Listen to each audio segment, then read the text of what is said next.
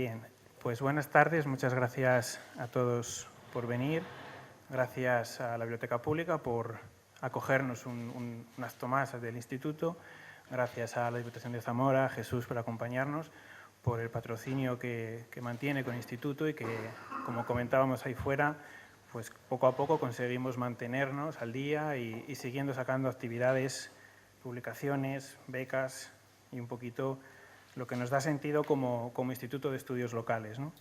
Me acompañan en la mesa, a mi izquierda, Ana Castro Santamaría, profesora titular de Historia del Arte de la USAL, tutora de César Amador durante la tesis y, bueno, prologa también el libro, así que le doy la bienvenida a Zamora. Me consta que conoce muy bien nuestro patrimonio y la provincia y, bueno, está encantado de que esté aquí y le doy las gracias y la bienvenida. Y a mi derecha, César Amador Isidro García, el protagonista hoy, el autor del libro que presentamos y que, bueno, enseguida ahora leeré unas pequeñas líneas de su currículum. ¿No se oye? Pues hablo más alto. ¿Así? ¿Mejor? Pues hablo más alto. Bueno, gracias a todos y bienvenidos. Bien. Decirles que para el Instituto hoy pues es un día de nuevo feliz, sacamos un libro, difundimos un nuevo libro, que siempre es un acontecimiento importante, ¿no? En este caso a mí me parece especialmente importante porque es una aportación más a la serie Tesis, que sabéis que siempre digo que es un poco la serie más académica, que recoge investigaciones que se hacen en la universidad y que unas veces solo el instituto, otras veces colaborando con las universidades, otras veces con editoriales, como recientemente hemos tenido ocasión de ver, pues conseguimos dar salida a las investigaciones, a la producción científica de nuestros investigadores, de nuestras universidades y de la gente que se mira o se fija en nuestra provincia. En este caso, además, es felizmente doble porque debo de pedir disculpas por el retraso. Es decir, la tesis fue defendida en 2015, como seguro que ahora tenemos ocasión de escuchar, y desde que fue propuesta al instituto hasta que ha salido hoy, bueno, pues hemos tardado un poquito, ¿no? Por muchas vicisitudes, no solo la pandemia, no solo la crisis económica, también las cuestiones editoriales, y yo solo debo pedir disculpas a César por su paciencia, darle las gracias por su paciencia. No es la primera vez que en la serie nos pasa con los doctorandos. Siempre explico que para un doctorando que se doctora y por tanto pasa a ser doctor, es especialmente difícil volver a empezar, volver a recopilar. La serie acoge no la tesis completa, sino una síntesis o aquello que es más interesante. Y es que no puedo por menos que dar las gracias por el esfuerzo que hacen en hacerlo. Así que, César, gracias por tu paciencia y, bueno, esperemos que el resultado yo creo que sí lo merezca, ¿no? César Amador es licenciado en Historia del Arte por la Universidad de Salamanca, es en Antropología Social y Cultural por la UNED y en Bellas Artes por la UOC. Es máster en Formación, en Docencia e Investigación, en Educación Secundaria y Superior por la UNED y doctor en Historia del Arte con la tesis El arte de los monasterios jerónimos en la provincia de Zamora, que obtuvo la máxima calificación en el Departamento de Historia del Arte, Bellas Artes de la Universidad de Salamanca en 2015, como decía. Él es profesor en la Escuela de Bellas Artes, él es inspector de educación, él tiene un currículum muy transversal, muy amplio, lo cual también nos da idea de su inquietud, de su dedicación a la provincia.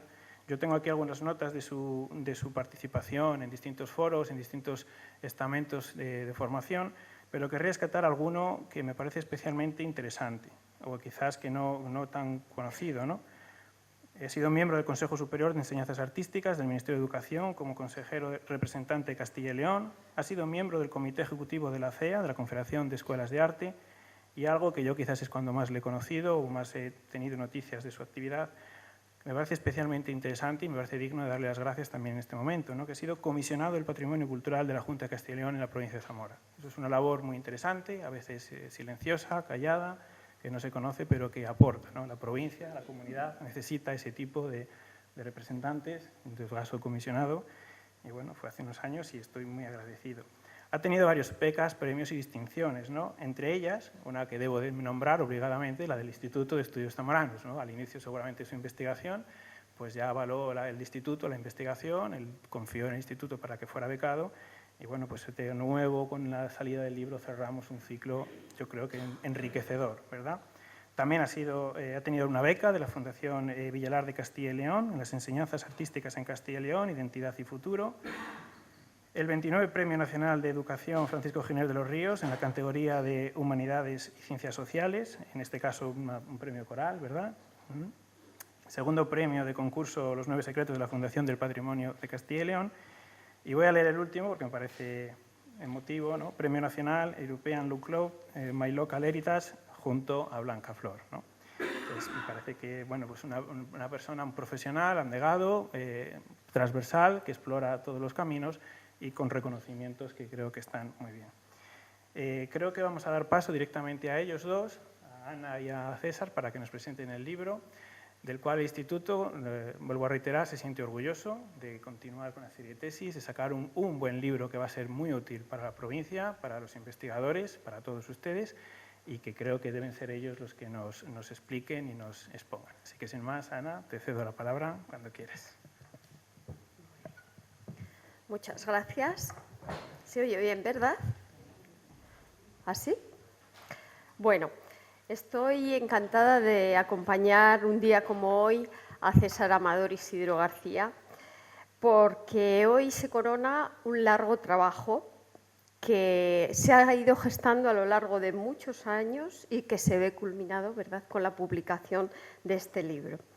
Yo voy a hablar, porque el protagonista obviamente es él, yo voy a hablar un poco de la intrahistoria de este libro. El proceso se inicia hace muchos años, cuando en 2005, hace ya 17 años, César, que era un joven, ahora también, pero entonces era más joven, licenciado en Historia del Arte, que tenía muchas inquietudes, como después ha ido demostrando a lo largo de la vida y nos ha recordado ahora mismo al recordar su currículum, ¿verdad?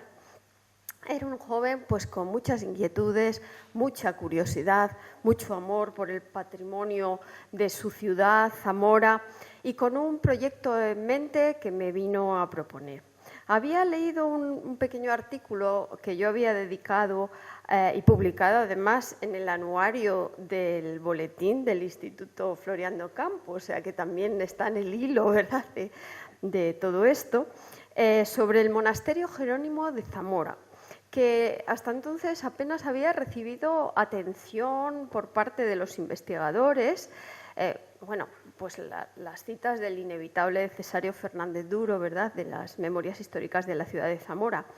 Pero había bastante documentación inédita pues en el Archivo Histórico Nacional, en el Archivo de Protocolos, el Histórico Provincial de aquí de Zamora, algunas fuentes gráficas, bueno, la vista de Vingaerde famosa que le da mucho protagonismo a este monasterio, y también pues algún pergamino que se conservaba en Madrid.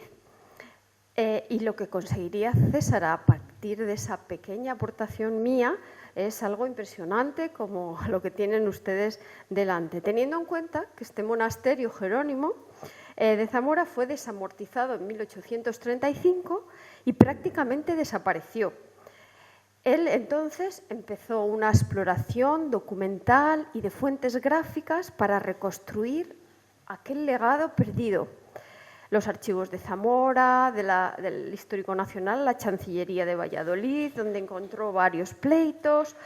Y bueno, se ocupó no solo de documentar la arquitectura y la historia de su construcción, su apariencia, sino también todo el patrimonio mueble que tuvo aquel importante monasterio, y le siguió la pista a los restos que quedaban de aquel patrimonio mueble, que fue encontrando por el Museo de Zamora, por la Catedral también.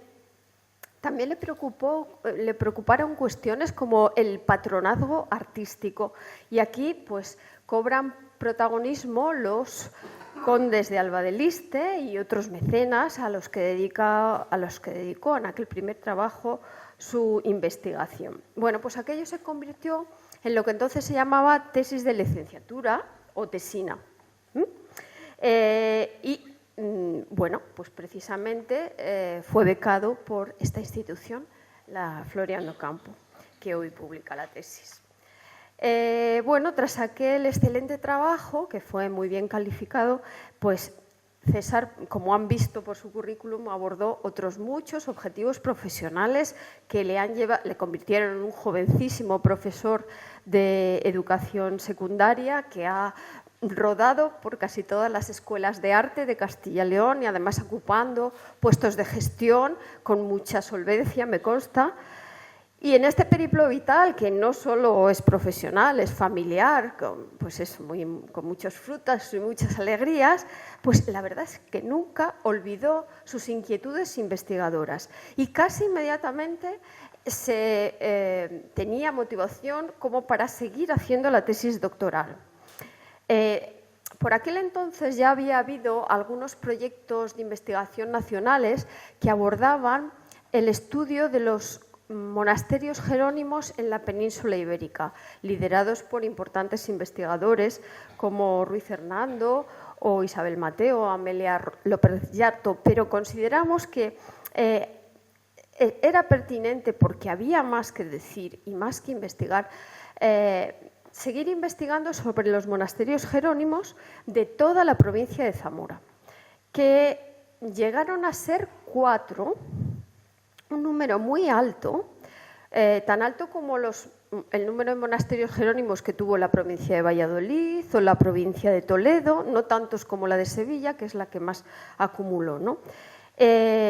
Y bueno, hay que tener en cuenta que esta orden religiosa, que aunque actualmente está casi extinta porque solo existe un convento jerónimo, el del Parral, en Segovia, con solo 6 monjes, aunque la rama femenina todavía conserva más de una decena. Bueno, pues esta congregación fue importantísima en la península ibérica durante la Baja Edad Media y la Edad Moderna, que llegaría a contar con 50 monasterios solo en el Reino de Castilla y más de 15 femeninos, a los que hay que añadir los monasterios portugueses, porque fue una orden exclusivamente ibérica. ¿Por qué su importancia? Su importancia fundamental fue porque estuvo muy vinculada a la monarquía castellana, y claro, esto les hizo ser una orden religiosa muy influyente a todos los niveles, a nivel político, religiosa y, por supuesto, artístico. En este sentido, bueno, pues seguro que ustedes saben que los monasterios jerónimos probablemente más importantes que hubo fueron el de Guadalupe en Cáceres y el monasterio del Escorial. Y por cierto, el monasterio del Escorial tuvo una muy importante influencia del monasterio zamorano, el que hubo aquí y que desapareció, que en sus primeras trazas se inspiró en este de aquí, de Zamora, y bueno, se decía en la documentación del Escorial pues que este era todavía más grande en sus orígenes, el del Escorial. Bueno, pues la tesis contemplaba no solo este primer monasterio que abordó en sus estudios, el de Zamora, sino también el de Santa María de Montamarta, Nuestra Señora de la Piedad de Benavente y Santa María de Jesús de Tábara, más otros 2 proyectos malogrados, también de la Orden Jerónima, como eran la Victoria y un femenino que tampoco salió adelante, San Pablo y San Ildefonso. Aquel trabajo tuvo más de 1000 páginas que hoy, bueno, pues quedaron resumidas en este libro que tienen ustedes en sus manos. Y el interés de César se centra no solo en la arquitectura, su historia constructiva, la reconstrucción, aunque sea solo a nivel de localización de fuentes gráficas y descripciones literarias de aquella importantísima arquitectura perdida, sino también todo el patrimonio mueble, incluyendo, por ejemplo, las bibliotecas tan ricas que tuvieron estos monasterios y también perdidas porque ha manejado inventarios muchísimos, ¿no? Y también fue analizando pues eso, los diversos patronos y mecenas que tuvieron todos estos monasterios. Y, como se ha recordado aquí, aquel excelente trabajo obtuvo un sobresaliente cum laude cuando fue leída en julio de 2005. Y desde entonces hasta hoy, bueno, pues el camino, aunque se nos ha hecho un poquito largo, estos últimos 7 años, pues tiene la ventaja de ofrecer una obra madura, reposada, donde se han ido recogiendo avances que se han ido haciendo en la investigación, incluso por otros investigadores. Pues, por ejemplo, cuando la noticia, que me parece que en Zamora también tuvo mucha repercusión, como la relativa al Cristo de las Injurias, ¿verdad?, y adscrita a las gubias de Diego de Siloé, un importantísimo artista. Bueno, el lector que coja este libro en sus manos y se disponga a leerlo, pues no va a verse defraudado, porque tanto por las novedades respecto a la información que ofrece, como por aquel que tenga interés en la historia y el patrimonio local, y los que tengan interés en el conocimiento mucho más amplio y más universal, es de interés para historiadores del arte, para todo tipo de personas inquietas por la cultura. Y bueno, yo creo que ha merecido mucho la pena esta importante tarea, que ojalá algún día pudiera ser completada, ya que aquello prácticamente se ha perdido por la arqueología. Algún día quizá se pueda completar la visión con este otro tipo de investigación. Y solamente termino felicitando al autor, por supuesto, en primer lugar, a su familia, porque sé que ha estado al lado, detrás y delante, acompañándole en todo momento, al Instituto Florian de Ocampo por esta nueva publicación tan pertinente, por la calidad. Se ve que ha sido un trabajo cuidado, ¿verdad? El papel, las reproducciones en color, en fin, es una obra que se ve que está cuidada. Y también felicito a todos los zamoranos, porque esta obra revaloriza el patrimonio. El patrimonio, en algunos aspectos perdidos, en otros no, y a todos los amantes de la historia y del arte, que nos felicitamos por esta nueva publicación. Enhorabuena.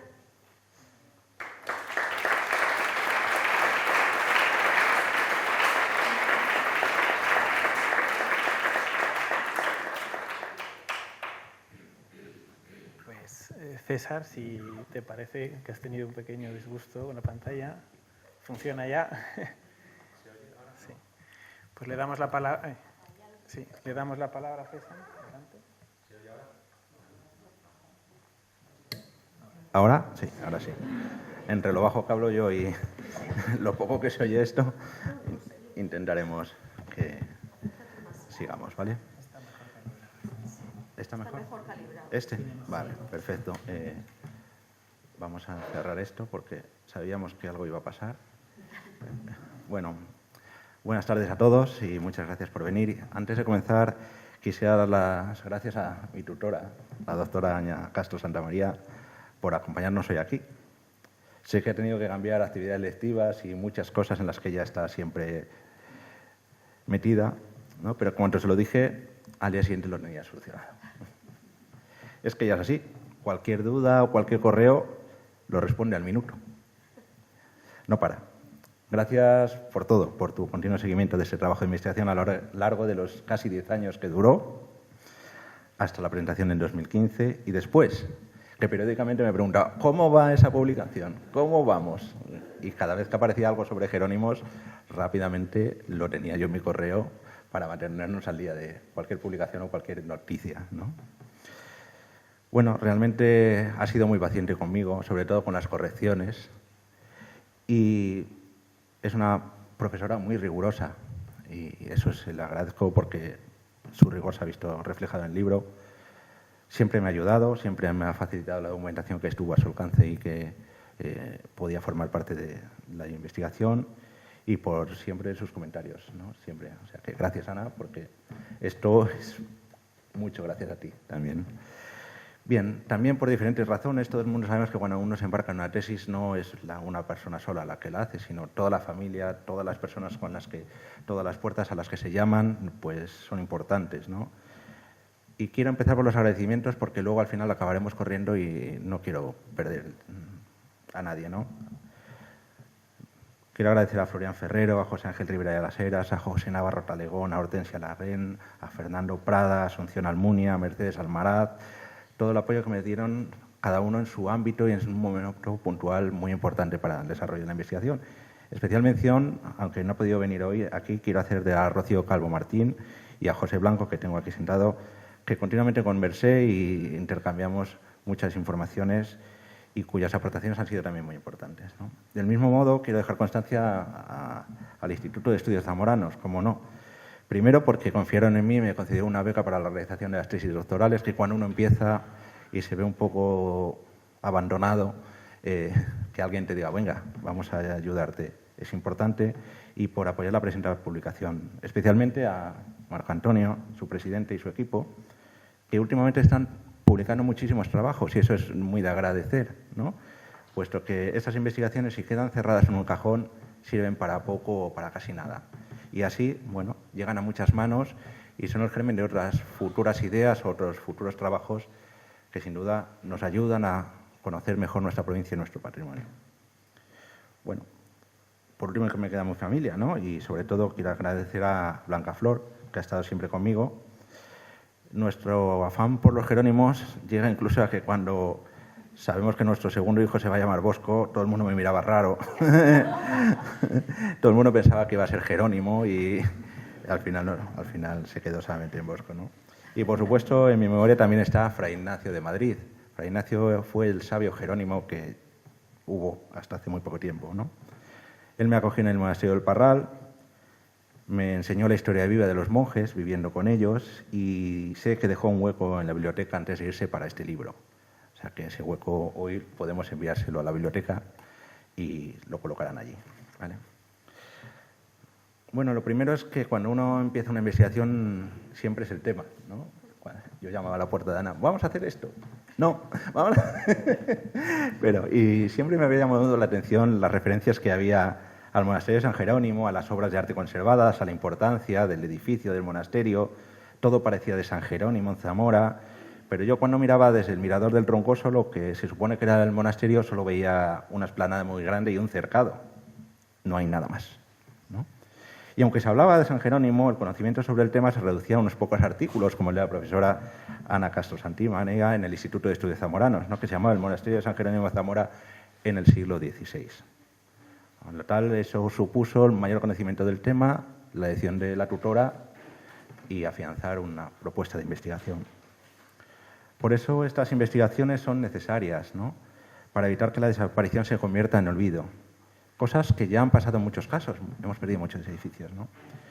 Se hizo a nivel antropológico y etnográfico una investigación hace años que se llamaba La Zamora que se va, pero falta una visión todavía general de lo que podemos llamar la Zamora que ya se ha ido, y no solamente la de exploración, sino a los eslabones que nos faltan en la historiografía artística, donde toman sentido las palabras de Antonio Colinas, que en su viaje a los monasterios de España nos dice que hoy las ruinas y el páramo nos hablan todavía de un espacio sin redención, de una historia como tullida, escrita en el libro del que nos faltan no pocas páginas. Pues bien, es cierto, soy de Zamora, todo el mundo vemos Zamora así, y posiblemente a nadie se le ocurriera escoger un descampado para hacer su tesis doctoral, ¿no? Entonces, no solo que nos faltan muchas páginas, sino que cuando uno se enfrenta a un tipo de investigaciones como esta, estas son algunas de las páginas que nos encontramos, ¿no? Este caso es el contrato para la construcción de la iglesia del monasterio de San Jerónimo de Benavente. Para la reconstrucción de la historia constructiva de estos edificios se ha consultado gran cantidad de información, toda la que hemos tenido acceso, ¿no? En los numerosos archivos en los que quedaban noticias de los monasterios, en sus protocolos notariales, en los contratos de patronazgo, en los inventarios, noticias de viajeros que pasaban por Zamora, en los testamentos, en los pleitos, en cualquier rastro que pudiéramos encontrar. En Zamora cabe destacar el Archivo Histórico Provincial, el diocesano, la catedral, la Diputación, el municipal de Benavente. Fuera de la provincia hay noticias en el provincial de Salamanca, en el Nacional, en la Chancillería de Valladolid, en Simancas, en el Jerónimo del Parral. Bueno, poco a poco, viendo todas esas informaciones, empezamos a ver la entidad de la investigación que teníamos delante y a plantearnos la posibilidad de seguir adelante, ¿no? Bien. Es cierto que volvemos a Zamora y pensamos en que los conjuntos monumentales y el patrimonio desaparecido no ha centrado normalmente el interés de los investigadores. Quizás sea porque los trabajos de investigación sobre monumentos desaparecidos han sido calificados por Julián Álvarez Villal como poco corrientes y lúcidos, ¿no? Realizar una obra de investigación en torno a obras de arte inexistentes o a punto de desaparecer no es ni corriente ni lúcido. Es un trabajo para la historia y los investigadores futuros que hallarán así datos de gran valor para constatar orígenes e influencias, sin las que no sería posible, en algún caso, seguir la evolución artística de una determinada zona. Parece que Zamora pasó de la Edad Media últimamente al modernismo y que en el medio, como escribió algún autor, se sumió en un largo periodo de letargo. Realmente no es que no hubiera obras de edad moderna, que la tenemos al parador, pero es que se borró quizás la obra más importante, que es el monasterio de San Jerónimo, ¿no? Estos trabajos no son efectistas, suelen tener poca atención, son fatigosos y largos, porque además la ruina y los monasterios suelen hallarse lejos de núcleos urbanos, con graves dificultades de acceso y en muchos casos la imposibilidad total de levantar un plano, tomar fotografías y no digamos nada de la búsqueda de documentos e información sobre retablos, imaginería, pintura o cuanto constituyó en su día el monumento, ¿no? Todo ello obligaba en un primer momento a prescindir de metas. Íbamos un poco caminando a tientas, ¿no? Nos tocaba cambiar la metodología y adaptar al trabajo sin tener un plan preconcebido. Algo que es muy complicado a la hora de realizar una tesis, porque es como saltar al vacío sin red, ¿no? No sabiendo lo que vamos a encontrar o si había suficiente para poder culminarla, ¿no? Así, la acción del tiempo en unos casos, las leyes desamortizadoras en otros y el afán de reformas por modernizar o destruir conducen a la desaparición de construcciones enteras que, de no efectuarse este tipo de estudios, se llegaría demasiado tarde y solo tendríamos noticias de su desaparición. Por eso no es frecuente ni atractivo ocuparse de desahuciados o enfermos, prefiriéndose obras lozanas y al mismo tiempo bien documentadas. A mí siempre que me preguntaban sobre qué estaba haciendo la tesis, le decía sobre los jerónimos, me decían, ¡ah, qué es bonito!, ¿no? Y luego me decía, ¿pero eso dónde está?, ¿no? Pues es que no está en ningún sitio, porque ya desapareció, pero es necesario conocer lo que ha desaparecido para entender lo que tenemos todavía, ¿no? Aquellos que me conocen saben del interés personal por las cosas que a priori no sirven para nada y por eso el conocimiento de los jerónimos y el intentar acercarnos a lo que en un momento llegaron a ser, nos pareció muy interesante. En la actualidad nada queda, o muy poco. Y, como bien decía Ana, no se han realizado excavaciones arqueológicas en profundidad que permitan un mejor conocimiento de los restos, ¿no? Que en el caso de la capital se llevan pidiendo desde 1997. Esto es lo que nos encontramos allá por el 2005 cuando fuimos a ver el espacio donde estaba el monasterio, ¿vale? La Orden Jerónima llegó a tener hasta 4 monasterios en la provincia de Zamora, dando este dato una validez a la importancia del asentamiento de esta orden jerónima en la provincia, junto a Valladolid, por delante de Burgos, que tiene 3, o Salamanca y Ávila con 2. Segovia, Soria, Palencia con 1 y León sin presencia jerónima en su provincia, ¿no? La concentración de monasterios de jerónimas en Zamora fue muy alta. Llama la atención si tenemos en cuenta esa idea de que en la Edad Moderna aquí no se construyó nada, ¿no? Y tan solo se supera por provincias como Sevilla o Toledo y se iguala en números por Guadalajara, ¿no?, donde estaba la Casa Madre. Por todo, este estudio comenzó en un primer momento por el monasterio de San Jerónimo de Zamora, pero poco a poco mi tutora, sabiamente, ahora digo sabiamente, en su momento no me gustaba tanto cuando me decía, bueno, vamos a ir ampliándola. Y de San Jerónimo de Zamora fuimos a todos los monasterios y de todos los monasterios fuimos a todas las obras artísticas que se conservaban, ¿no?, a los patrocinadores, a los restos y al catálogo monumental, ¿no? El marco que se ha utilizado para la investigación es la actual provincia de Zamora, puesto que desde el siglo XV hasta la actualidad la ordenación administrativa ha cambiado. Nosotros nos ceñimos a lo que hoy en día conocemos por la provincia.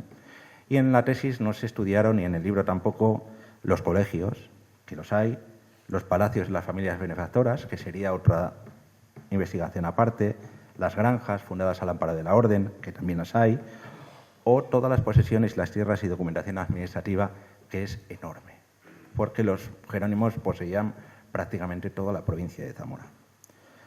Los patrocinadores también han sido muy importantes, al igual que la orden elegida, y para ello se estudió las familias y la dotación que hacen para construir los edificios, ¿no?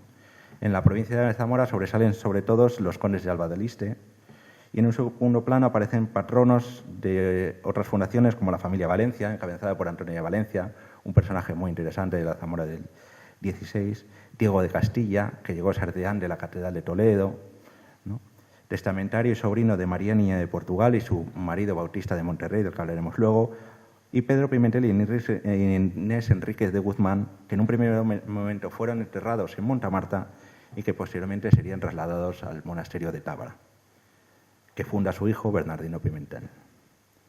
El costo económico de fundar y dotar un monasterio jerónimo era enorme y por ello no se aceptaba cualquier patronazgo, a pesar de que en la orden imperaba un sentido de pobreza y humildad.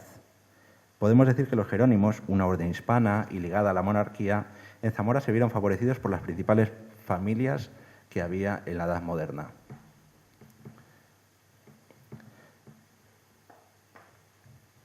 Montamarta, o Santa María de Montamarta, supuso la llegada de los jerónimos a la provincia de Zamora a comienzos del siglo XV.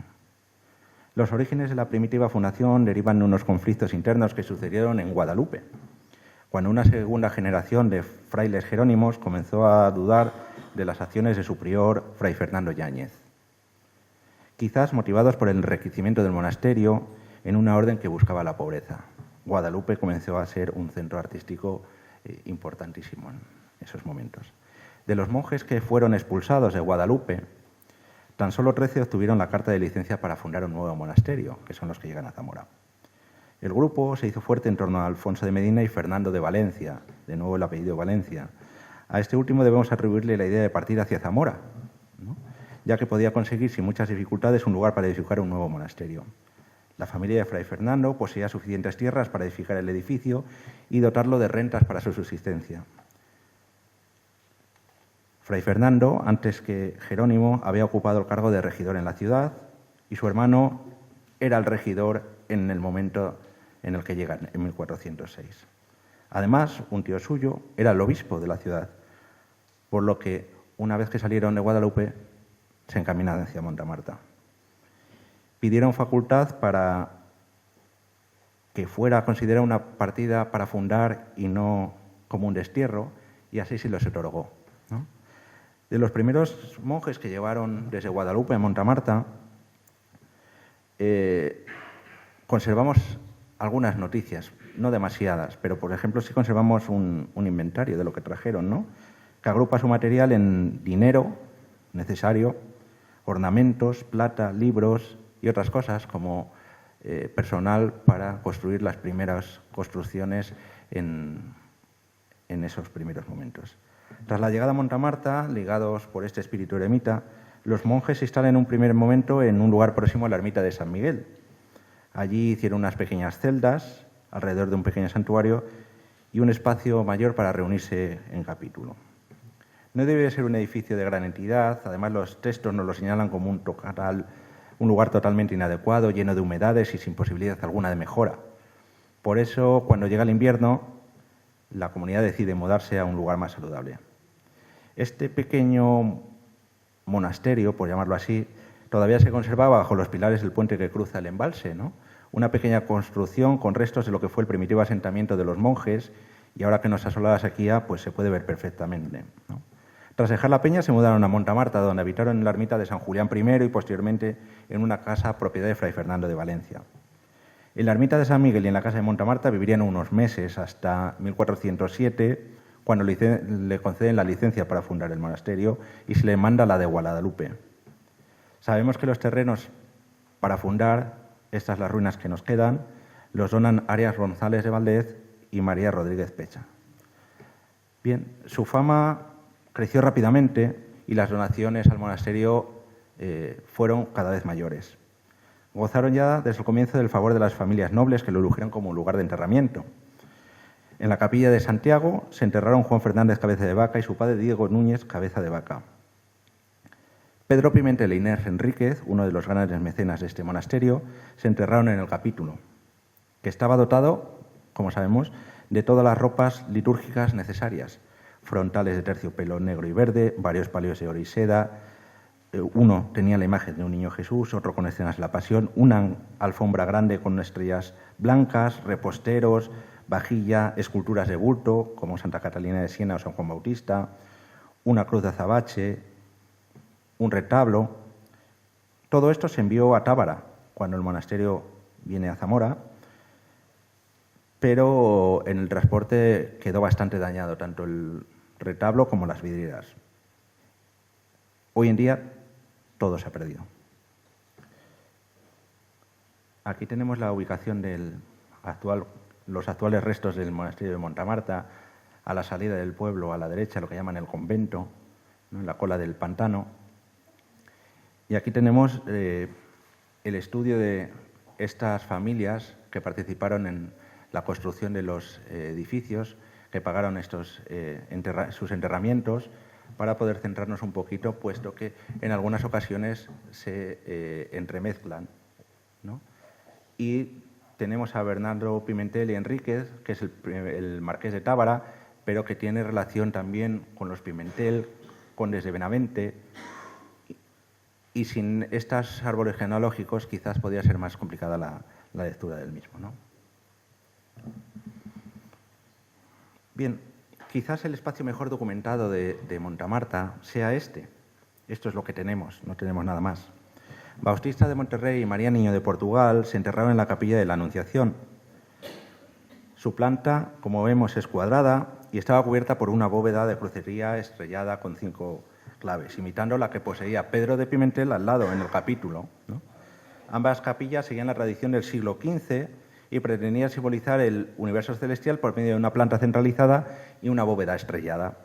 En la construcción y decoración de la misma trabajaron en 1508 el cantero Juan de Campos, que junto con la obra de mampostería se encarga de la realización de 2 puertas, una abierta al claustro decorada con molduras, pilares, guardapueblos y escudos de almas, y la otra comunicando con la capilla mayor, decorada con un verdugo boleado.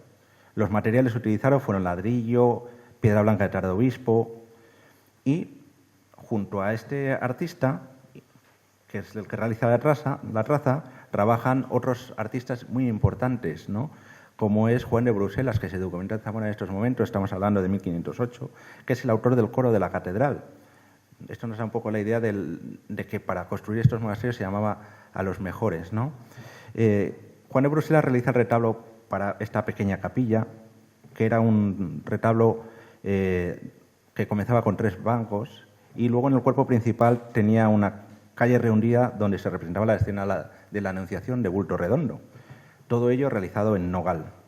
La Virgen aparecía arrodillada en un reclinatorio leyendo un libro y del otro aparecía el arcángel y entre los dos un jarro de azucenas, tal y como suele aparecer normalmente representada esta escena.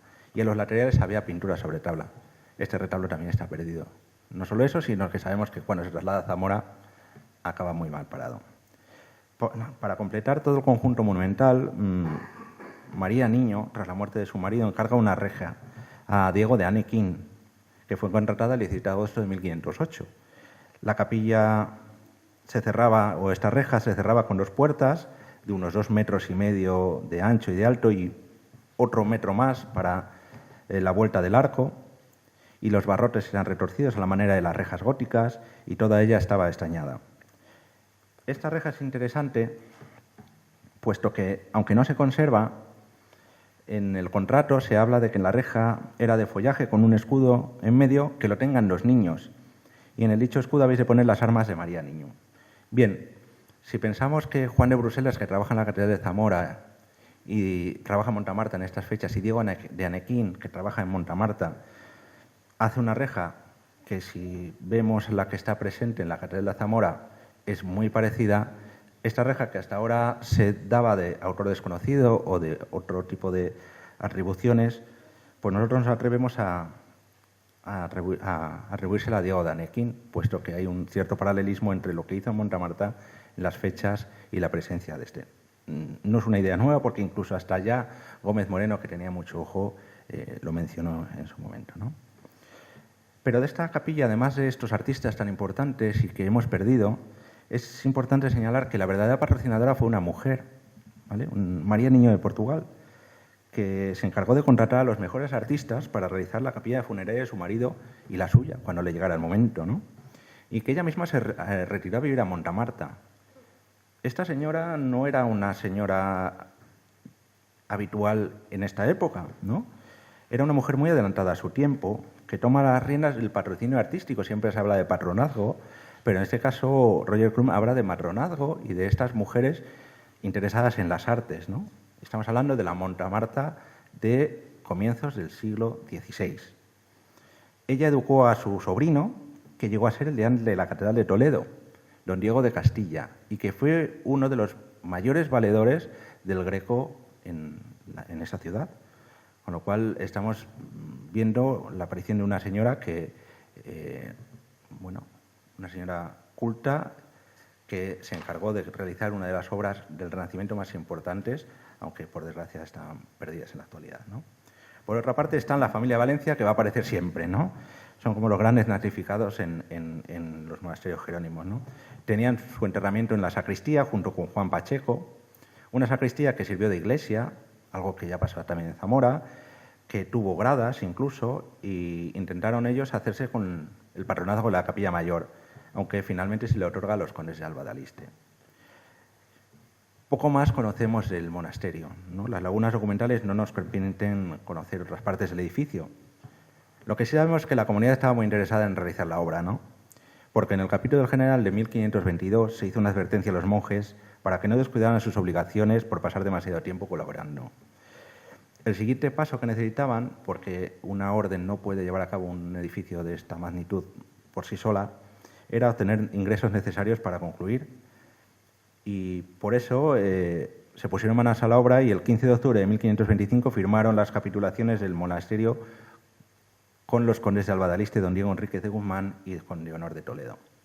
La aportación económica era muy grande, ascendía a 40.000 maravedíes anuales, que los condes pagarían para realizar la obra de la iglesia, la reja, el retablo mayor, aportando el monasterio lo que buenamente pudiese.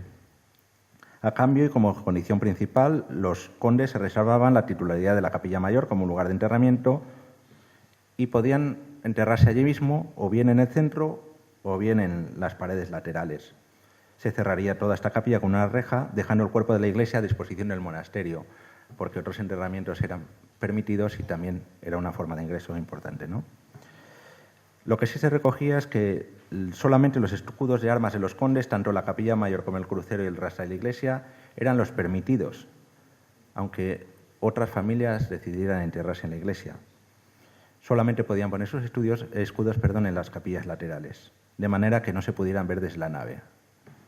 Las obras fueron avanzando tras este patronazgo, los condes fueron cumpliendo con sus obligaciones y así comenzó a hacerse los muros perimetrales de la iglesia, se abrieron algunas ventanas, las capillas hornacinas ya estaban construidas por Martín de Rivero antes de 1532. Llegando a la obra a este punto, se encarga ya el cerramiento de la iglesia a Juan de Álava, ¿no? Ana es la mayor especialista en Juan de Álava y ya trabaja en estos contratos que hace con Juan de Gamboa el 24 de febrero de 1532, según trazas de Juan de Álava. Estamos hablando de Montamarta, el primer tercio del siglo XVI, que contrata a uno de los mejores arquitectos del momento en toda Castilla, ¿no? Bueno, Álava y Gamboa iban a construir unas capillas o bóvedas, ¿no? 12 en total, realizadas en el crucero, el cuerpo, el coro bajo, más una puerta que comunicaría con la sacristía en el lado del Evangelio. Eran bóvedas góticas, de terceletes y nervios combados, complementería de ladrillo con claves decoradas, bien en piedra o bien en madera, y la escritura añadía la obligación de hacer una bóveda en la fachada y enlucir la obra igual que en la iglesia, ¿no? Con la condición de acabarlas en 2 años. Si nosotros no atendemos a esta documentación, pensaríamos que la iglesia se hizo y que en Montamarta contó con una iglesia típicamente tardogótica, ¿no? Realmente todas las obras no se acabaron, se levantó el cuerpo de la iglesia y las cubiertas continuaron. Se encarga también a Benito Ruano algunos arcos en la capilla mayor bajo supervisión de Juan de Álava, pero después de este momento no tenemos más noticias, ¿no? Lo que sí sabemos es que los jerónimos ya estaban con ganas de irse de Montamarta, ¿no? Porque las obras se contrataron en el 32 y en el 34 ya estaban tanteando terrenos en Zamora para venirse a la ciudad. Por lo que posiblemente estas obras no llegaran nunca a realizarse. Sería una inversión enorme para dejar un monasterio a medio construir sin un uso posterior, y porque en el 35 se puso la primera piedra, en 1535 se puso la primera piedra de Zamora. Pues bien, del monasterio de Montamarta nada queda. Esto que vemos aquí, no solo vivieron las familias nobles, sino que aquí tenemos foto de una de las familias que vive en el monasterio, ¿no? Podemos ver la espadaña del monasterio, que actualmente ya ni se conserva entre los restos, ¿no? Esto es lo que queda de los claustros o del claustro del monasterio de Montamarta. El segundo monasterio fue el monasterio de la Piedad, en Benavente, que se fundó en 1511 por Francisco Enríquez y Teresa Carrillo, que dejan como testamentarios a la orden al no tener hijos. Bien, tras la muerte de su marido, Teresa Carrillo pretende llevarse el monasterio a Palencia. Afortunadamente, el conde de Benavente interviene para que eso no sea así y el monasterio se acaba asentando en las afueras de Benavente. Bueno, al contrario que en Montamarta, sí que conservamos bastante documentación de la construcción de este edificio, ¿no? Sigüenza, que es el mayor conocedor de la orden, el historiador de la orden, decía que tenía ya 2 claustros grandes, mal acabados y sin iglesia. De nuevo, vemos que la iglesia sí se hizo en este caso, ¿no? Con lo cual hay que tomar estas fuentes con cuidado, ¿no? La construcción comenzó por el claustro principal, que realizaron Pedro de Ibarra, Miguel Ibarbia y su aparejador Hernán Pérez de Nuevo, figuras muy importantes de la Castilla de estos momentos, ¿no? Las sucesivas pandas se fueron construyendo desde 1540 a 1546 y en torno a ellas estarían las principales zonas de habitabilidad del edificio, ¿no? Las dependencias fundamentales, como las celdas, el refectorio y las cocinas. Conocemos también el trabajo de las maderas, sabíamos que había una armadura de mocárabes completamente perdida, y en torno a 1557 se comienza la configuración o la construcción del segundo claustro, ¿no? Sigüenza dice que estaban mal acabados. No sabemos si porque cuando a él le llegaron las noticias estaban en construcción o porque, como hemos visto, tuvieron reparaciones durante muchísimos años, ¿no? Algo importante en este monasterio, en el de Zamora, que se conserva son las labores del encañado, cómo se lleva el agua al monasterio, eso es algo fundamental, ¿no? En este caso, en 1570, Diego de la Carrera hace las canalizaciones del monasterio desde la fuente de Santa Marina. Y junto a esas canalizaciones, aquí tenemos uno de los alzados de uno de los claustros, no sabemos muy bien cuál, conservado en el Archivo Histórico Nacional. Tenemos esta imagen de la fuente de uno del claustro principal, ¿no? Aquí tenemos una sección y una planta de la típica fuente que suelen tener los claustros en el centro, ¿no? Y los problemas que daban ese tipo de obras hidráulicas a los monasterios, que eran carísimas y de un mantenimiento constante, ¿no? Bueno, como decíamos antes, el monasterio sí que tuvo iglesia, no solo porque la vemos perfectamente dibujada en las vistas de Kerr Porter, sino porque conocemos el contrato y los pagos que se hicieron del mismo, ¿no? Fue una iglesia típicamente jerónima, con capillas entre contrafuertes, con 5 tramos, por lo alto de los pies, altar mayor, que se había comenzado antes de 1578 por Juan del Ribero y Juan de la Vega. Bien, esta obra trabaja sobre una capilla previa, tardogótica, y la obra se vuelve a lo romano, es decir, con criterios renacentistas. En 1581 ese contrato se rompe y se vuelve a construir y se vuelve a firmar uno nuevo, solamente con Juan de la Vega. Juan y García de la Vega fueron 2 personajes muy importantes en el entorno de Zamora y de Benavente, que construyeron mucho en los finales del siglo XVI, ¿no? Estos arquitectos no solo hacen las paredes, las bóvedas, sino que además, una vez avanzado el templo, se les mandan construir las torres y continúan trabajando en el monasterio, no sabemos muy bien dónde, porque cuando ellos fallecen se traspasan sus obras a Miguel de la Vega y a Juan del Campo, uno de sus aparejadores. Conocemos también el contrato para la cubierta de las torres de madera, parte de la madera la hace Diego y Manuel Sánchez, Y también conservamos las trazas del altar de la Capilla Mayor, realizadas por Hernando de Nates y Juan del Campo. Es de lo poco que conservamos, de las pocas imágenes que conservamos de todos los edificios, ¿no?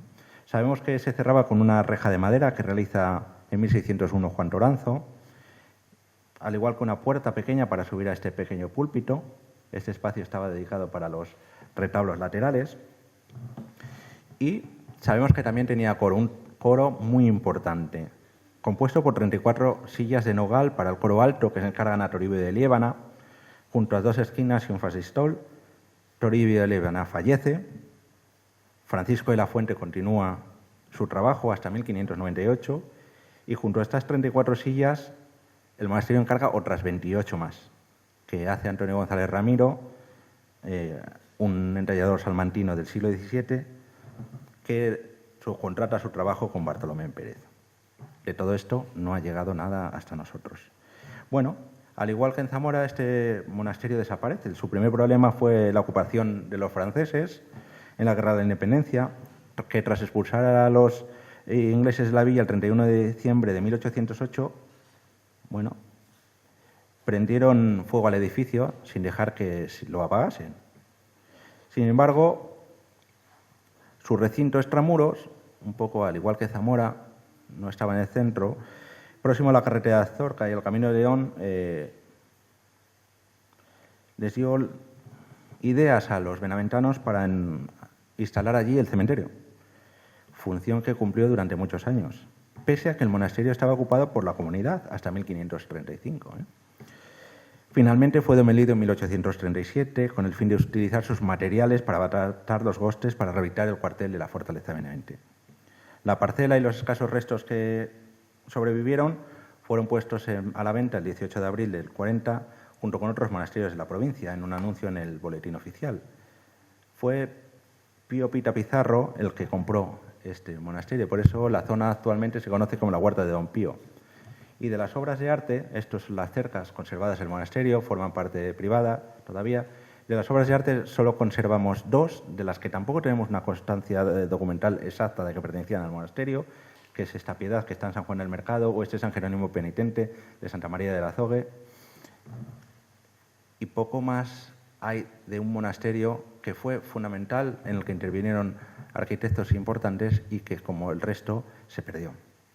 Quizás el más conocido es el monasterio de San Jerónimo de Zamora, ¿no?, que es el que más cercano hemos tenido y que surge cuando los frailes se mudan desde Montamarta en 1535 a la ciudad, ¿no? Es habitual que los monasterios se ubicaran en esta época cercanos a la ciudad, ¿no? Es lo que se empiezan a llamar las ciudades conventuales, ¿no? Se alejan de la vida eremítica y se asientan en la zona de San Frontis Estraponte, ¿no?, un barrio al sur de Zamora, que era zona de paso y que junto a los jerónimos habían elegido las Dueñas, ¿no?, o San Francisco.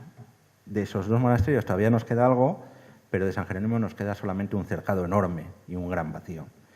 Bien, la primera piedra la colocó el conde de Alba del Iste, Diego Enrique de Guzmán, en día de San Pedro de 1535, y el patronato de los condes, por lo tanto, seguía vigente desde Montamarta, ¿no? El conde le interesaba tener el patronato del monasterio porque estaba construyendo también su palacio, que tenemos aquí al lado, lo que es el Parador hoy en día, de tal manera que tenían palacio y enterramiento en la misma ciudad de una manera cercana. También interceden para lograr la fuente de carpinteros que daba agua al monasterio, y también conocemos todas las encañados, que aquí todas las obras hidráulicas fueron muy importantes, pues tenían agua, noria, alberca y unas enormes fuentes para regar sus huertas, ¿no? Bueno, aquí tenemos la imagen de la ciudad moderna con los monasterios. Aquí tenemos San Jerónimo de Zamora para que nos hagamos un poco la idea de una parte de lo que llegó a ser el monasterio con respecto al puente o a lo que hoy en día es el Hispanoluso, ¿no?, o las Dueñas, ¿no?, con todo lo que hemos perdido, ¿no? Bien, en el Archivo Histórico Nacional se conserva una traza. Aquí vemos cómo la ciudad crece en el vuelo americano y cómo esta zona, que sería la de asentamiento de los monasterios, está prácticamente vacío y no tenemos ya nada, porque todo se arrasó, ¿no? Bueno, Este es el monasterio de San Jerónimo de Zamora en 1570 y lo que conservamos es esta traza que posiblemente realiza Juan de Álava, en el que ya podemos ver un desarrollo de un monasterio grande. Se habla de otra traza que completaba el monasterio con la iglesia y con el claustro principal. Sigüenza dice que era un edificio grande, hermoso y de buena arquitectura. Y pensamos que es de Juan de Álava porque es con quien se contratan las últimas obras en Montamarta y quien da los moldes para los capiteles del claustro segundo, que sería esta zona. Y porque cuando se habla de Juan de Álava y su muerte y la continuación de Pedro de Ibarra, se dice que ha hecho en la casa de Zamora cuanto está hecha desde la primera piedra, ¿no? Bien, a través de la planta podemos ir viendo los diferentes claustros. En este caso es el claustro segundo, contratado con Juanes de Reveta, Sebastián de Sara, Martín de Aguirre y Juan Pies en 1535. Se contrataba por pandas para construir más rápido. Estaba hecho en granito de arcillo y son estas columnas que tenemos por la ciudad de Zamora, en el cierre de la catedral, en los jardines y en muchos sitios, en tiendas de ropa, colecciones particulares y en los almacenes del ayuntamiento, ¿no? Bien, este claustro sirve como ejemplo o como modelo para que se realiza en Benavente en torno a 1540. Y en torno a este claustro pues estaba la ropería, el archivo, el dormitorio de novicios. Sabemos qué había en cada cajón del archivo, sabemos los mobiliarios de cada uno de los edificios, las partes del edificio a través de los inventarios, ¿no? Con posterioridad se construyeron otro tipo de patios. Aquí tenemos la cocina, aunque parezcan claustros, muchos los denominan patios y no tenían la entidad arquitectónica de este claustro segundo, puesto que sus columnas estaban realizadas en madera, no todas estaban realizadas en piedra, en granito de arcillo. Bueno, el refectorio es una parte fundamental de la vida en comunidad del monasterio. Aquí tenemos el refectorio del Parral para que nos hagamos una idea de la importancia de este espacio y la configuración del mismo. El patio de la enfermería, que en la traza no se puede observar algo que si vemos en la vista de Buenaerde, como es este corredor de sol, importante para los enfermos, orientado hacia el sur.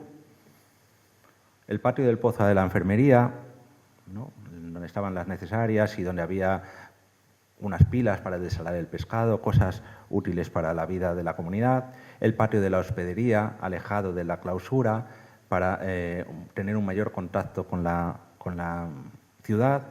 Y el patio de carretas y mozos, que era un lugar de paso y de gestión del propio monasterio, ¿no? Bueno, con posterioridad a todo esto, continúa la construcción, ¿no? Esto estaría construido en torno a 1543, que es cuando los monjes se mudan a Zamora. Luego continúan con la sacristía. La sacristía, si nos damos cuenta el tamaño, al ver a las personas, era ya una sacristía monumental. Y si nos damos cuenta del arranque de las bóvedas, la cubierta debía ser complicadísima. Esta sacristía que cubre Ibarra y que paga Diego de Castilla varias veces, además, porque los monjes no le hacen caso, es donde se ubican los enterramientos de María Niño de Portugal, su marido Bautista de Monterrey, cuando se trasladan desde Montamarta en 1573. E incluso don Diego de Castilla piensa en un primer momento enterrarse aquí en Zamora. Manda unas piedras de mármol para enterrarse, aunque finalmente se entierra en Santo Domingo, en Toledo, ¿no? Posteriormente, el monasterio, que ya era grande de por sí, continúa con el capítulo, la iglesia y el claustro principal. Bien, lo que vemos aquí es una vista de Augier de 1756. Esto serían los claustros que hemos visto anteriormente en 1570. Esto sería la sacristía. Y Augier tampoco es que fuera tan bueno dibujando como Buenaerde, hay que tomarlo con cierta cautela. Pero si nos damos cuenta, este capítulo siempre se confundió con lo que se ha llamado iglesia. Esto no era la iglesia. Sin embargo, el volumen y la entidad del mismo hizo que siempre se consideraba como tal. A su lado estaría el claustro principal. Bien, en este capítulo, que era de una sola nave, tenía una capilla lateral llamada del Santo Cristo, que es el Cristo de las Injurias, ¿no?, elevado sobre gradas y con carácter funerario. Ahí se les dio a los Valencia su enterramiento, entrando bajo las gradas de esta capilla, ¿no? Y la capilla, este capítulo, completó con un altar encargado a Tomás de Troas. Sabemos que los franceses le cortaron la cabeza a la Virgen cuando llegaron, y que la reja, que también se quemó, se hizo en 1648 por Antonio López, y poco tiempo después se tuvieron que reparar las bóvedas, ¿no? Porque corrían riesgo de desplome. Lo que está claro es que esta parte no tuvo la calidad constructiva que el resto del monasterio, ¿no? Aquí es donde estuvieron enterrados los condes de Alba de Aliste. Sabemos dónde estaba enterrado cada uno de ellos, y los condes de Alba de Aliste no era ese el lugar destinado para ellos, sino la iglesia. El problema es que la iglesia nunca llegó a construirse, y los condes se quedaron allí, en el lugar de los Valencia, otra vez desplazándolo, ¿no? De hecho, los monjes escribieron muchas veces a los condes, ¿no? Cuando los condes se desplazan de la ciudad de Zamora, dejan de lado un poco la construcción del monasterio y les llegan a decir que siempre vivirán sin la esperanza de tener una iglesia. Bueno, el gran problema no solo viene ahí, sino viene en el claustro principal, que encargan a partir de 1585 a Juan de la Puente. Juan de la Puente fue un arquitecto muy importante del último cuarto del siglo XVI, de estética escurialense. A los monjes parece que no le gusta mucho la traza que les da Juan de la Puente, y lo que hacen es encargar otra, más barata, ¿no? A Juan de Rivas, que utiliza un poder que le había dado este. El caso es que no se construyó bien y el claustro se cayó. Eso conlleva un juicio que dura mucho tiempo y que al final ganan el monasterio, pero ese claustro, que no sabemos hasta qué punto llegó a construirse o cuánto se construyó, al igual que la iglesia, se tuvo que reconstruir en 1669 y desde entonces ya no tenemos más noticias. La decadencia del monasterio sí que sabemos que llegó fundamentalmente en el siglo XVIII, porque el edificio sirvió para todo, ¿no? Alojaron tropas.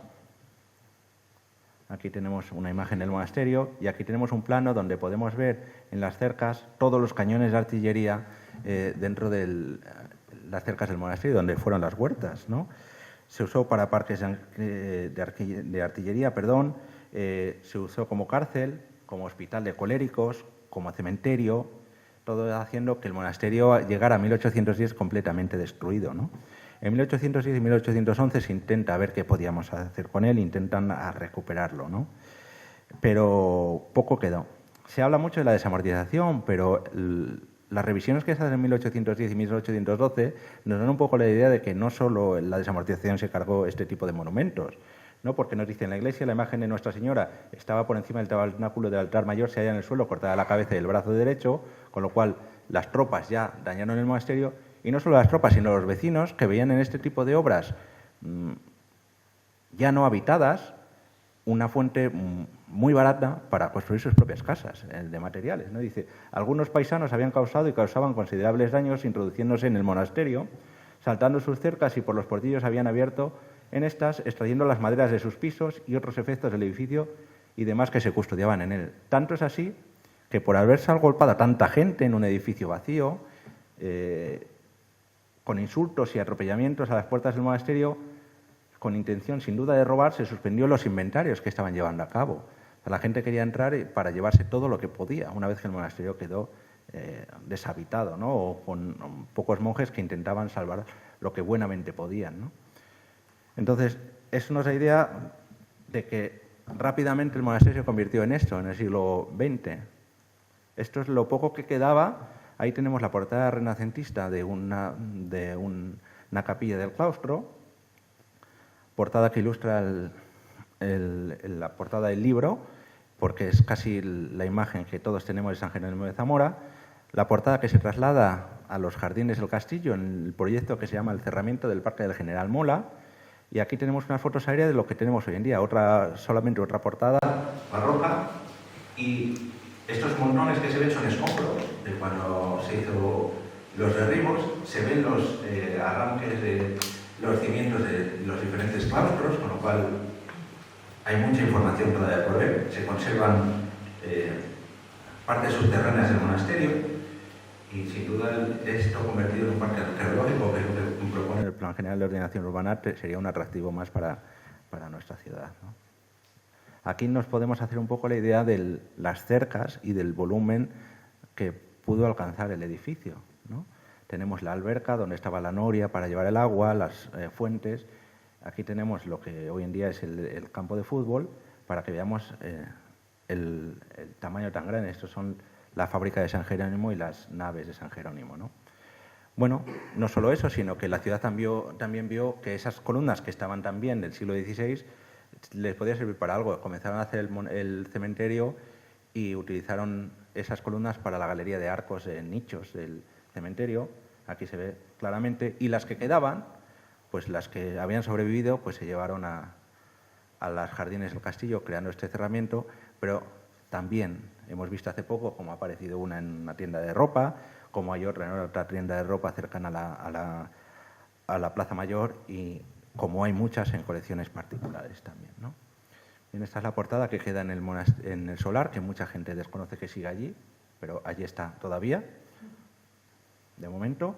Y en la provincia también se llevaron los restos. Ahí tenemos la portada de la iglesia de Villalazán y las casas particulares de la Plaza Mayor de Moraleja del Vino, que también tienen columnas de San Jerónimo. Serían las columnas de la parte superior de este claustro segundo.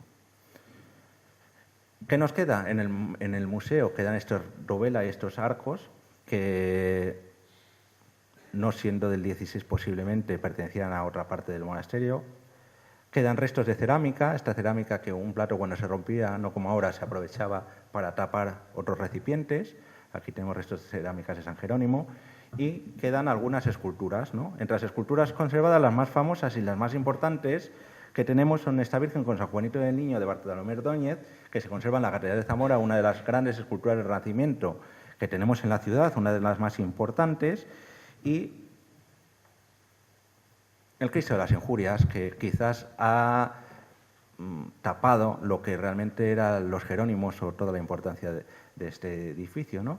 Que estaba en una capilla lateral de ese capítulo, ¿no? Llega a la catedral, que es donde se conserva ahora, y sobre la atribución pues se ha hablado muchísimo, ¿no? No vamos a entrar ahora mismo porque no tenemos tiempo. Otra de las obras importantes es esta tabla del descendimiento, ¿no? Quizás es una de las obras fundamentales que tenemos en Zamora. Esta tabla, que en los inventarios aparece como el descendimiento de la cruz de la escuela de Alberto Durero, se inventarió en el 36, se trasladó a Madrid, donde estuvo hasta 2005, que regresa a Zamora, y aquí la tenemos. Esta tabla es una tabla flamenca de muy buena calidad, muy parecida a otra que se conserva en el Museo del Prado y que, bueno, llama la atención que esté en San Jerónimo, ¿no? Si vemos estas tres esculturas, ¿qué no habría también, además de esto, ¿no?